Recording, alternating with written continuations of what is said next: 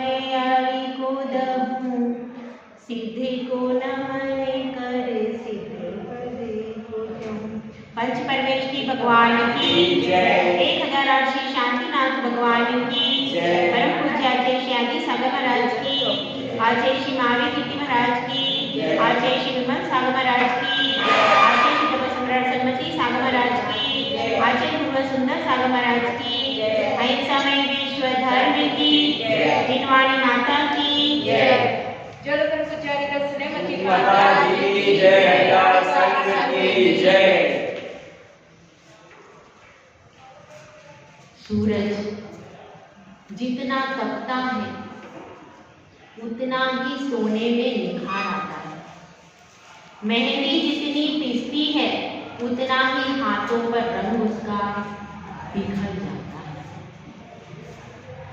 और अगर हम चटनी पीसते हैं तो जब उसका सिल के साथ में संयोग होता है तो उसका स्वाद कुछ और ही हो जाता है।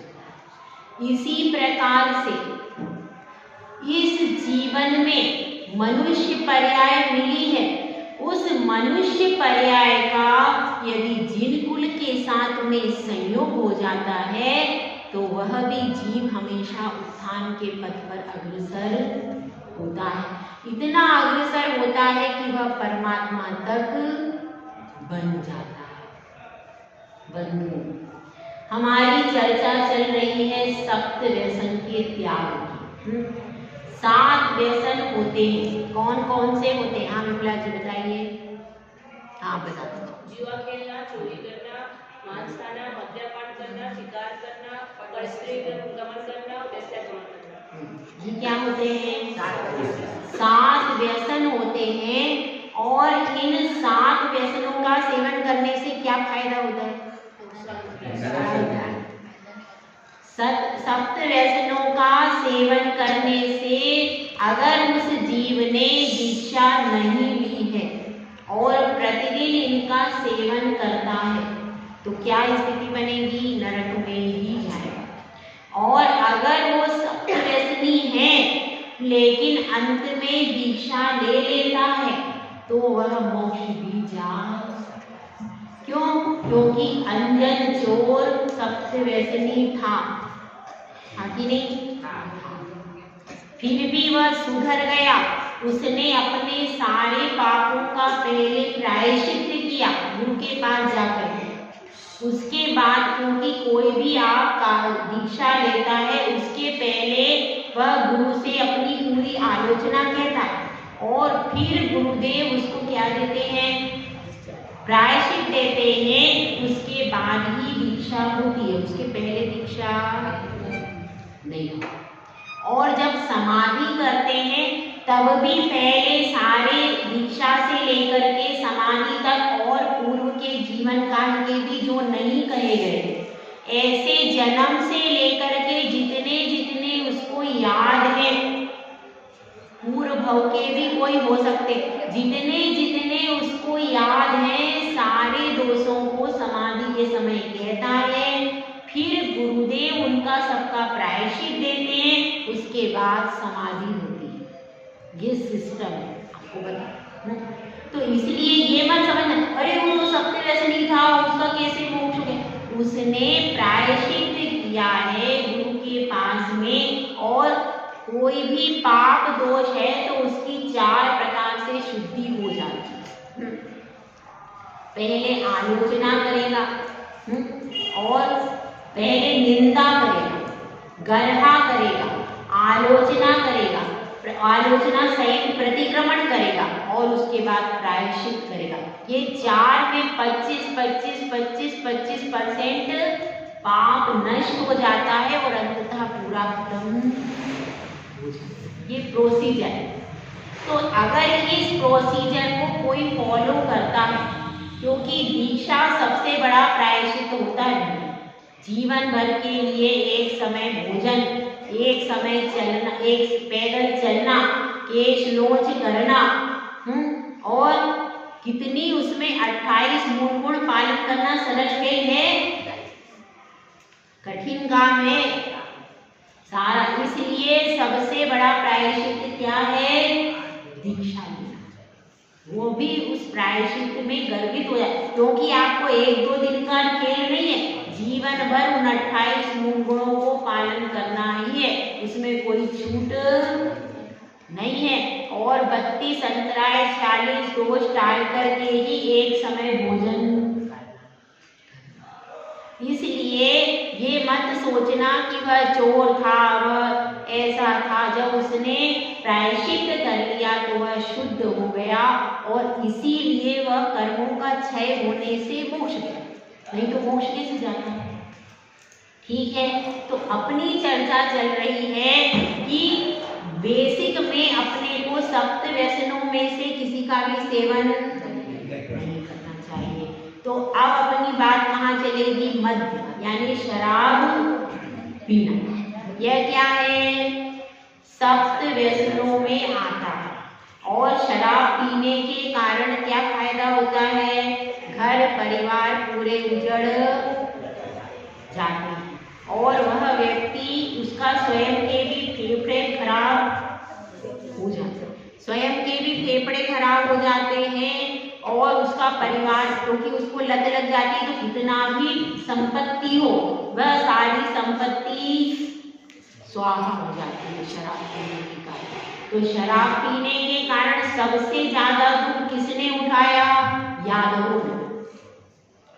जो यादव थे वह जरद कुमार आदि यादव जो थे, उन्होंने क्या उठाया? सबसे ज्यादा दुख उठाया शराब के कारण। क्योंकि देखिए शराब उनके कहाँ थी? शराब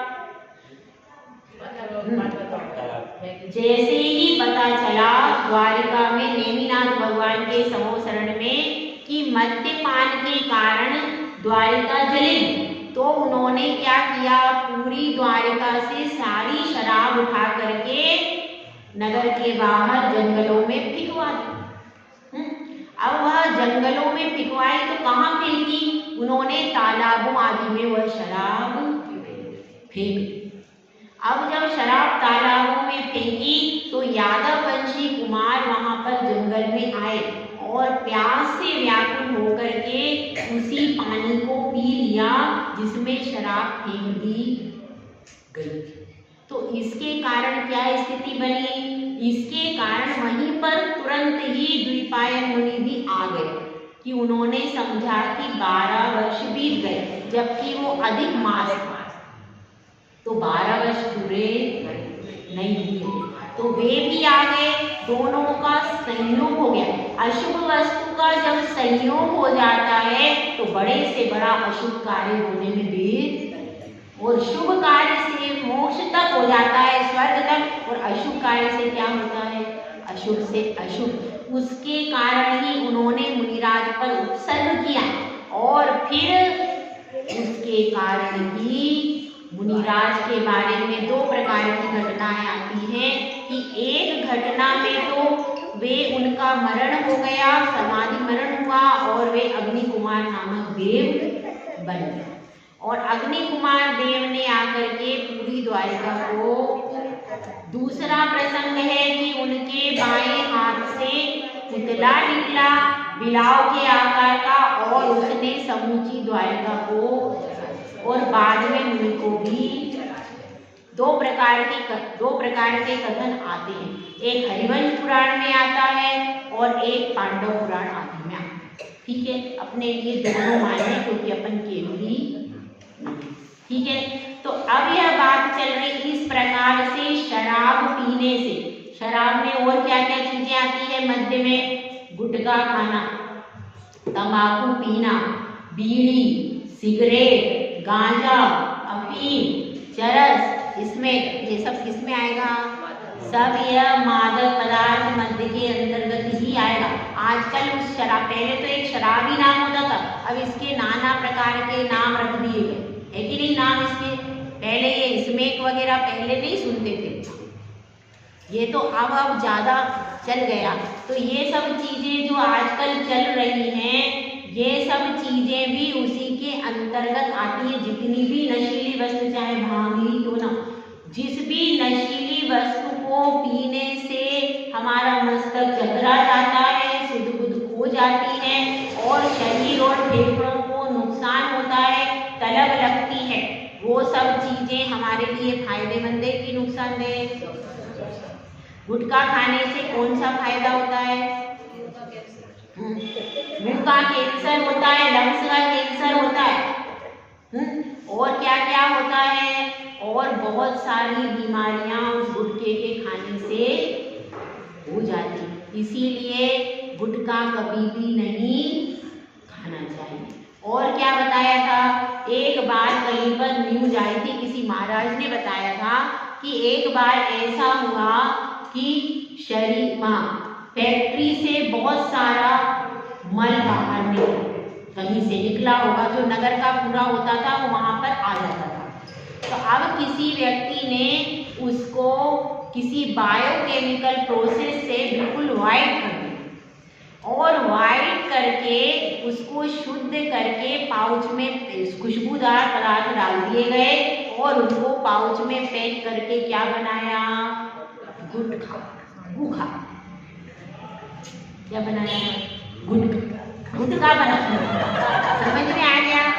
तो ऐसा मैंने किसी मुनिराज के मुख से सुना था, करीब किसी ने वीडियो दिखाई थी कि वे बता रहे थे एक इंजीनियर ने अपनी बुद्धिमत्ता का ऐसा दुरुपयोग किया और उसका क्या परिणाम हुआ। तो अब वाइट, अब आपको पता नहीं, वाइट कलर कर दिया उसको, वाइट जल हो गया पूरा। अब कलर बदल सकता है किसी भी वस्तु का, तो उसका पूरा वाइट कलर कर दिया और उसने कहा कि मैंने बिना पैसे के चीज बेच के दिखा दी, तो उसको बहुत फायदा हो गया। फायदा तो हो गई, क्योंकि उसका तो कोई मूल्य ही नहीं था उस चीज का, वो तो बेकार वस्तु थी। उस चीज को उसने प्योरीफाई करके और 5 रुपए का गुटखा बेच दिया, तो उसको कितना फायदा हुआ होगा। तो इस तरह से भी उसको बनाया गया। मतलब बाजार की जितनी भी वस्तुएं हैं उसमें आपको क्या खिला रहे हैं आप कुछ बता नहीं सकते, ठीक है। तो इसलिए वह गुटखा कभी भी खाने योग्य पदार्थ नहीं है।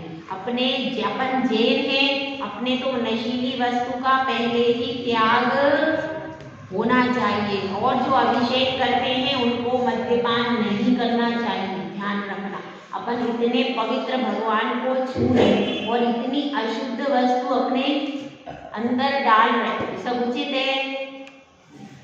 इसलिए क्या करना चाहिए? मद्यपान नहीं करना चाहिए, ठीक है।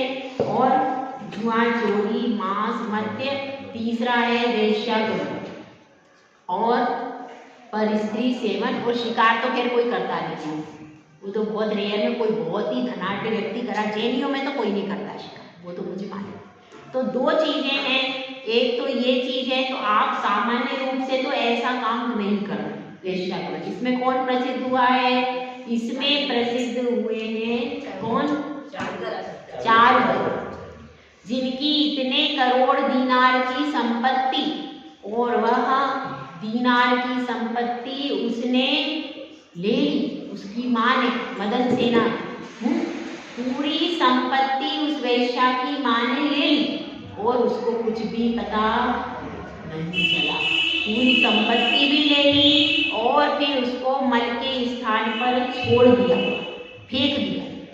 ऐसी दुर्गति क्यों हुई? ये इस व्यसन के कारण। नहीं तो वो इतना अच्छा था, इतना स्वाध्याय करता था कि अपनी पत्नी को भी देखता नहीं था, इतना ज्यादा स्वाध्याय प्रेमी था। और कहाँ तो एक व्यसन ने उसकी पूरी मति भ्रष्ट कर।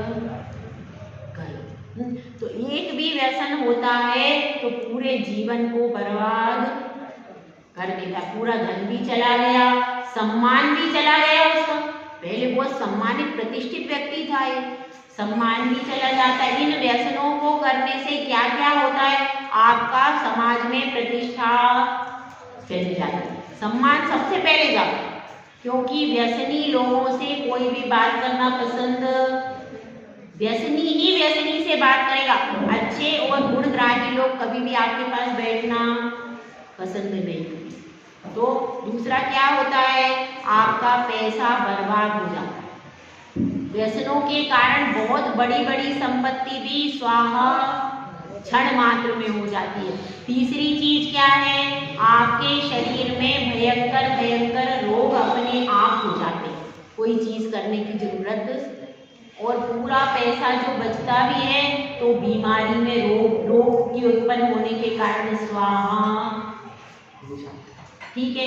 तीसरा फायदा क्या है, परिवार में कोई आपका विश्वास नहीं करता, परिवार में कोई आपके साथ बात करना भी पसंद, ये सब इसके फायदे हैं सप्त व्यसन के। सच्चे हैं ये सप्त व्यसन के फायदे हैं। तो इन सब फायदों में से जिसको अच्छा लगे वो सप्त व्यसन को करे। ठीक है। तो इसलिए अपने को बच्चों को भी 8 साल के होते ही सबसे पहले त्याग करना चाहिए सप्त व्यसन का। और पर स्त्री सेवन एक बचा हुआ, पर स्त्री सेवन में केवल भाव से पतन हुआ है और उसमें प्रसिद्ध हुआ है रावण। कौन प्रसिद्ध हुआ? रावण। शिकार में प्रसिद्ध हुआ है ब्रह्मदत्त। ठीक है, ये सब नाम याद रखना में। शिकार में कौन प्रसिद्ध हुआ है? ब्रह्मदत्त। तो इसलिए हमको ये 7 व्यसन जो हैं यह क्या करना चाहिए, हमेशा छोड़ना चाहिए, कभी भी इनका सेवन नहीं करना चाहिए। जय गुरुराज सुंदर साहब महाराज की जय।